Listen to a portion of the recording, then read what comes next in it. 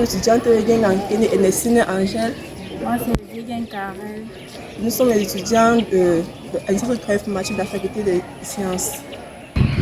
Notre projet portant sur la détection du paludisme en Afrique. Nous avons constaté que 95% de la population d'Afrique décède de cette dite maladie due au manque de moyens de détection. Raison pour laquelle nous avons donc mis sur pied un modèle de machine learning basé sur l'arbre de décision qui va permettre. Ok, déjà pour la réalisation de notre projet, on a y allé en 5 étapes. Déjà pour la première étape, il était question de recenser en fait les données. Par la suite, il était question de choisir le modèle, qui est ici le modèle de l'arbre de décision. En troisième étape, il était question de pouvoir entraîner ce modèle-là. Et quatrième étape, il était question d'évaluer notre modèle. Puis en cinquième étape, le déploiement de notre modèle sur une interface graphique. Dans notre modèle, nous avons utilisé l'arbre de décision. Pourquoi l'arbre de décision? L'arbre de décision est un algorithme d'apprentissage supervisé qui permet d'expliquer une variable cible à partir d'autres variables dites variables d'explication. Du point de vue mathématique, soit une seule matrice avec n variables et n observations avec une règle comme vecteur. Là, je vous présente ainsi. Il faut trouver une relation entre x et y. Pour le faire, l'algorithme va chercher à partitionner les individus en groupes d'individus les plus similaires possibles du point de vue de la variable active. Le résultat de l'algorithme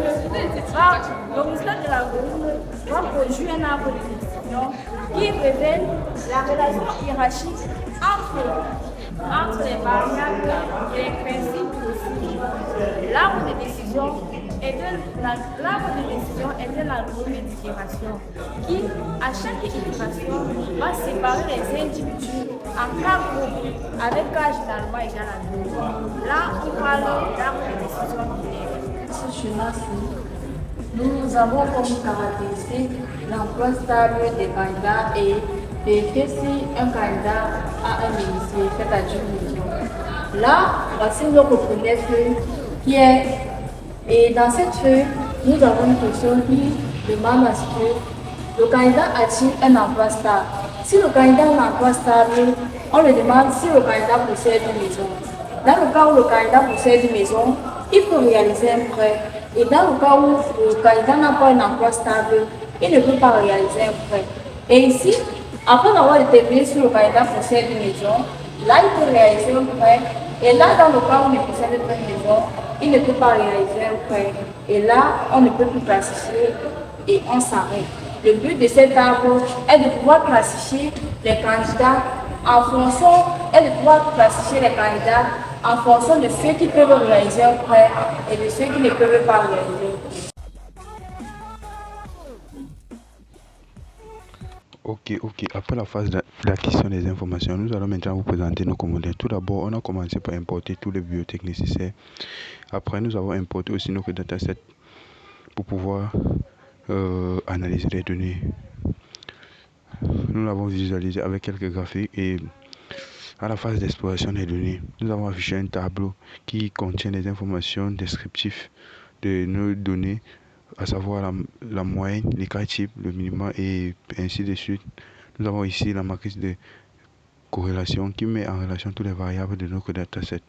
Et voici une courbe du nombre de personnes atteintes ou pas du paludisme en fonction de leur sexe aussi. Voilà. Par la suite, nous avons entraîné notre modèle. Nous l'avons divisé en ensemble de données d'entraînement et de tests. Et en fait, nous avons utilisé 2 modèles, mais nous attarderons notre étude plus sur l'arbre de décision. Voilà, nous l'avons entraîné et nous l'avons prédit. Voici la courbe d'apprentissage, courbe de tests. Wow. Maintenant, nous allons l'évaluer. Nous avons ici là sa matrice de confusion et un pourcentage de 0,99%. Wow. Voilà. Maintenant, nous allons vous présenter en quelque sorte une interface qui permet d'interagir et d'utiliser nos modèles. Nous avons ici l'application de détection des paludismes. Voilà, on clique sur l'onglet test. Après avoir rempli les informations par défaut, les informations sont égales à 0. Les informations sur les symptômes ont prédit et on dit que la personne n'est pas atteinte du paludisme. Par la suite, on peut essayer de modifier les informations à notre guise. Modifier.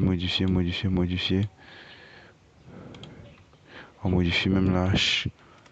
On met 98 ans. Et on essaie de prédire. On dit que la personne est atteinte du paludisme.